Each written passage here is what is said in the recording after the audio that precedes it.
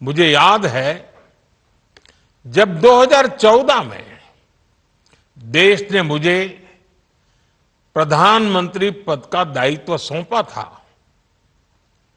तब उसी शुरुआत के दौर में एक विदेशी अखबार में एक दिलचस्प उदाहरण छपा था।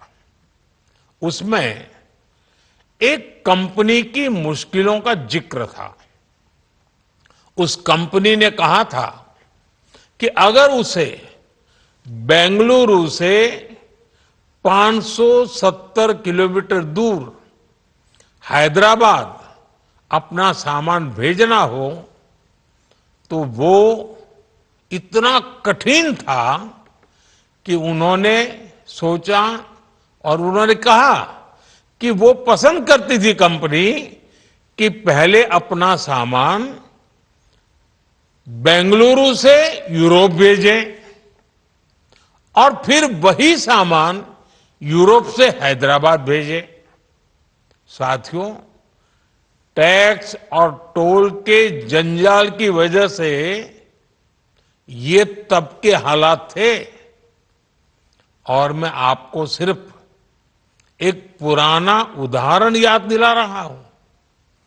तब ऐसी लाखों कंपनियों को, लाखों करोड़ों देशवासियों को अलग अलग तरह के टैक्स के जाल की वजह से हर रोज परेशानी होती थी।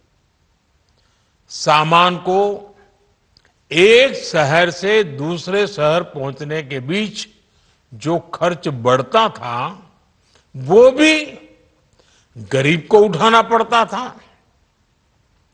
आप जैसे ग्राहकों से वसूला जाता था।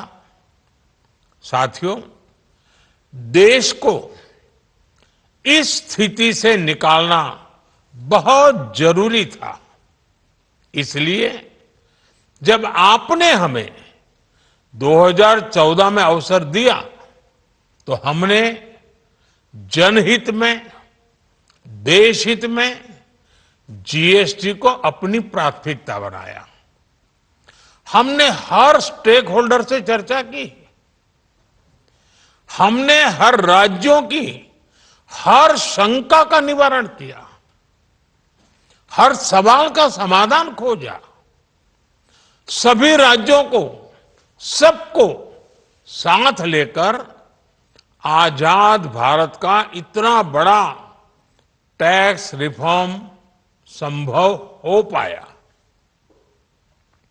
ये केंद्र और राज्यों के प्रयासों का नतीजा था कि देश दर्जनों टैक्सों के जाल से मुक्त हुआ और पूरे देश के लिए एक जैसी व्यवस्था बनी। वन नेशन वन टैक्स का सपना साकार हुआ।